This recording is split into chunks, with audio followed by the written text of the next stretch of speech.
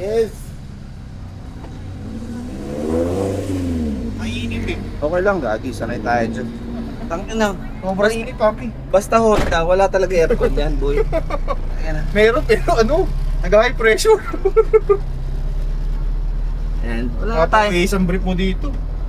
Hindi ako nakapagdala ng helmet eh. Ang dami ko din kasing dala.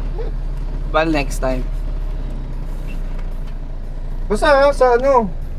Ayan, ayan siya oh, ano, si Pao. Oh, yan. Sige. Ito ko yan. Mamaya. Ayan oh, nakaspoon. Punta ka sa ano Oo. sa clinic. Clinic lang naman yun eh. Saan yun? Hindi ko lang alam kung saan gaganapin. Sige. Punta tayo doon. Oo. Sana matapos na yung auto ko. Bakit? Ano bang? Yung sa preno lang. Hindi, kasi kailangan ko din pa-check yung transmission ko kasi Oh.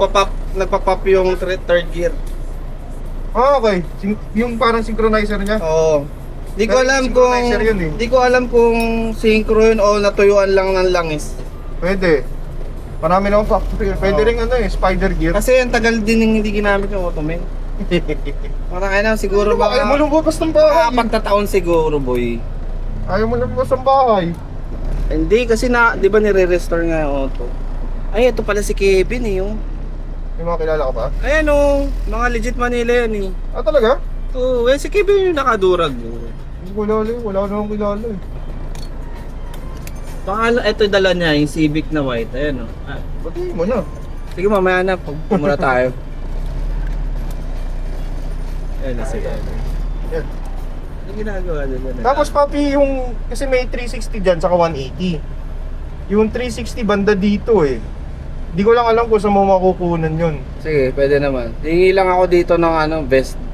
Oo nga. Bawal dyan walang ano, alam mahigpit na si Robert. Ang nakita ko lang dito eh, banda. Yung magandang spot para makita yung 360. Okay, sige. Dito medyo mahirap, ang dami nakakaroon. Nakita ko nga sa map eh. Oh, doon sa Enyos na yun, no, pwede ka ron tumayo kung sakali Okay. gusto mong kumuha ng magagandang spot. Hindi tayo naman.